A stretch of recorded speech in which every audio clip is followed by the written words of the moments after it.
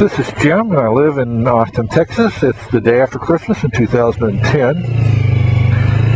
And I'm out in search of the letter R. I'm riding the Ninja 250 today.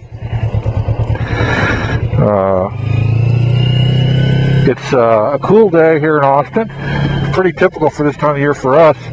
It's just under 50 degrees. Thermometers, I don't have one here.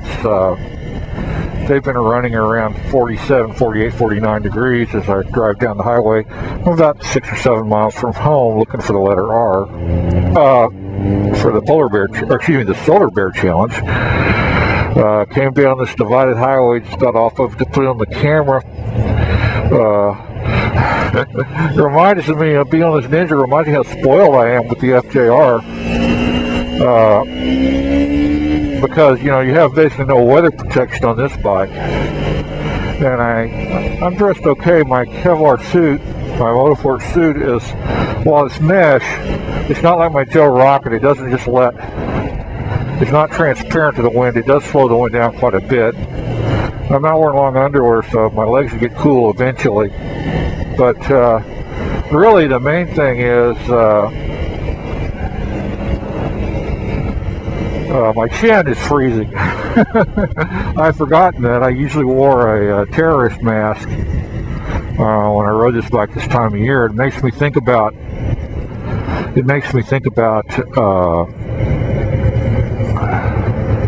my Saddle Sore 1000 in October 3 years ago. It was also got down into the 40s on that, and I was totally unprepared for it because I'd bought the bike the preceding March, so I'd ridden it only in warm weather. So I head up to New Mexico, and during the daytime it's great and very nice, but as soon as that sun went below the horizon, I started to freeze my ass off, and it took me 23.5 hours. Most people can do a Saddle Sore 1000 in about 16, 17, 18, maybe 20.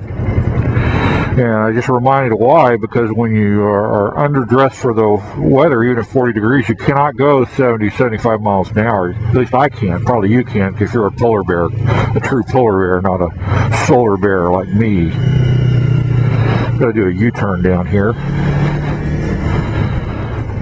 So, if I was, instead of being 7 miles from home or 6 miles from home, if I was almost 500 miles from home, like I was when the sun went down on my Saddle Sore, it could be. I honestly don't know how I did it. It was just stupidity that I even continued with that ride. That's all it was. But my FJR, I can go to much colder temperatures because of the big windshield, the fairing. That I now have a heated vest, which I got it right after the Saddle Sore 1000. And just in general, it's just a more weather-resistant bike. Okay, enough of the memories.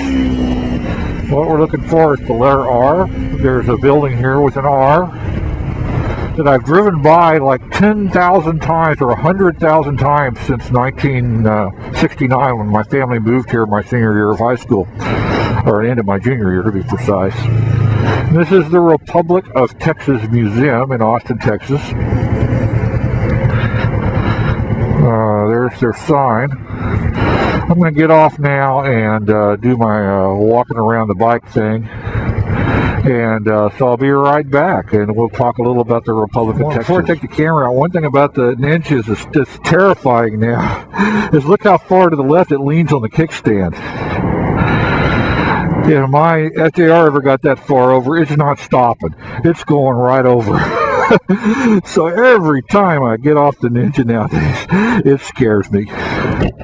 Okay, let's turn this camera off. The Republic of Texas existed from 1835 to 1845 as an independent country. Now, we talked about my last one.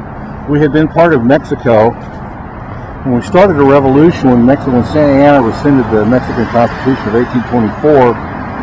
But in the course of the revolution, we decided, well, we'll just be our own country. And so we did that. Mexico was never, really to this day, completely happy that we did it, but we did.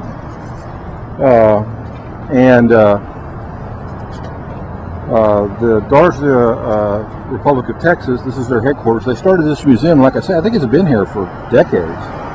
And I need to go in it. I haven't gone in it yet. The first president was a man named Johnson, I believe. The second and fourth president of Texas was Sam Houston. The second president was Myra B. Lamar.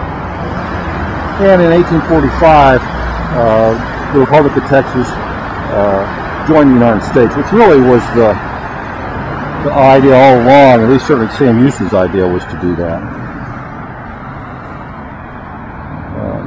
And we had a French consul. The building is still here in Austin, and we were recognized by a number of European countries, and of course the United States. Mexico was kind of pissed at us and did re-invade us a few times, but you know, we turned them around, and nobody's hardly really in it. So now most families are like mine.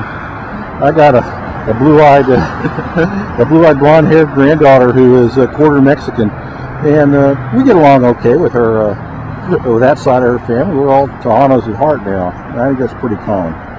Well, there's my Ninja 250, the mighty Ninja 250. This is Highway 183 in Austin. And let's do our walk around. Solar Bear, Solar Bear, Solar Bear.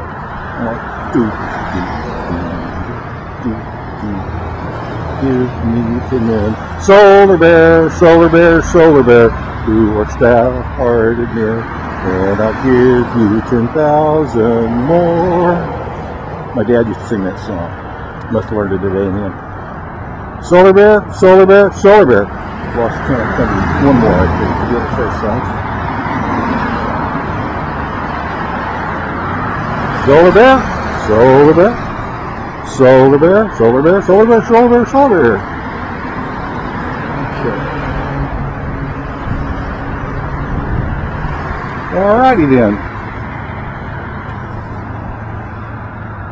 Well, it's a beautiful, cool day after Christmas Eve afternoon here in Texas. Thank you for watching. This is Jim at the Republic of Texas Museum, picking up an R for the Solar Bear Challenge.